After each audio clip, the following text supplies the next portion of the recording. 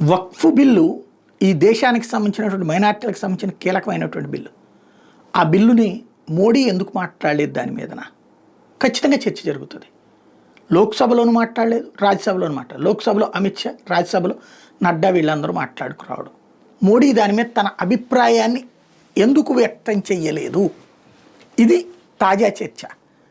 వాస్తవంగా ఒక ప్రధానమంత్రి హోదాలో ఉన్నారు. ఈ దేశంలో ఉన్నటువంటి మైనారిటీ వర్గాలకు సంబంధించినటువంటి వాళ్ళకి కొన్ని సందేహాలు వచ్చినాయి. ఆ సందేహాల్ని విపక్షాలు లోక్సభకి ముందు ప్రస్తావించినాయి, లోక్సభలోనూ ప్రస్తావించినాయి, ఆ తర్వాత రాజ్యసభలోనూ ప్రస్తావించినాయి. వాటికి ఆన్సర్ కూడా ప్రభుత్వం తరపున ఇచ్చారు, నో డౌట్.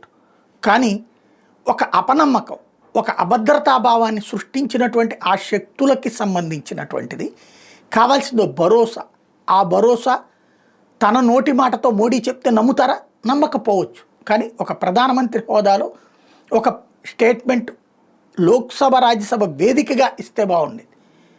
విడిగా దాన్ని ఒక ట్వీట్ ద్వారానో ఇలా మాట్లాడటం కాకుండా ఇచ్చుంటే బాగుండేది.